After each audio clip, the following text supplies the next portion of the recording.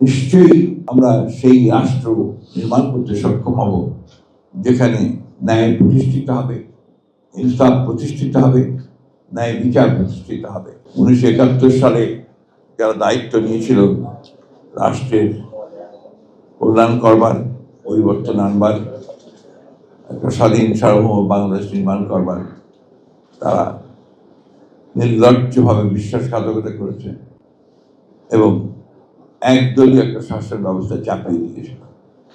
এটা এই দেশের মানুষ মেনে নেয়নি। আমার ইতিহাস সবাই জানে।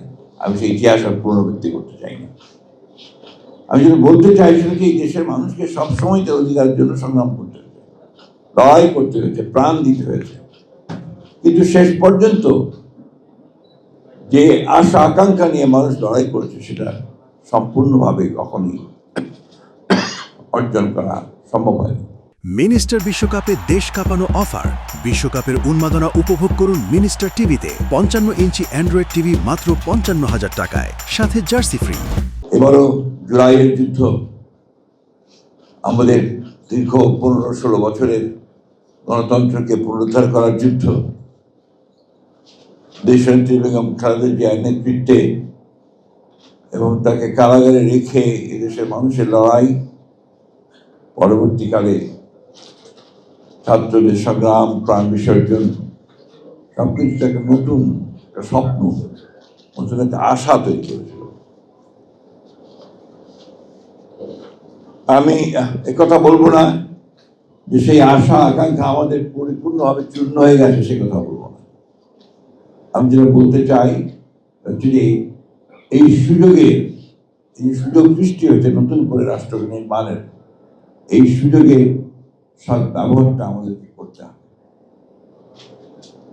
আমরা নির্বাচন হয়েছে, ফ্যাসিবাদ পালিয়েছে, নির্বাচনের মধ্যে দিয়ে আমরা একটা গণতান্ত্রিক সরকার পেয়েছি।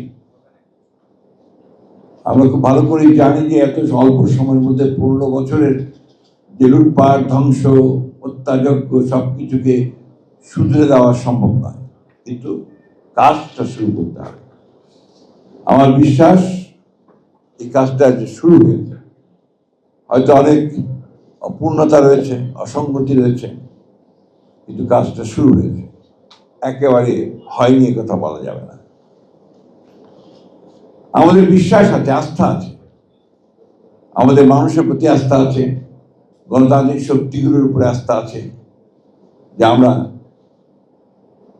নিশ্চয়ই আমরা সেই রাষ্ট্র নির্মাণ করতে সক্ষম হব যেখানে ন্যায় প্রতিষ্ঠিত হবে, ইনসাফ প্রতিষ্ঠিত হবে, ন্যায় বিচার প্রতিষ্ঠিত হবে।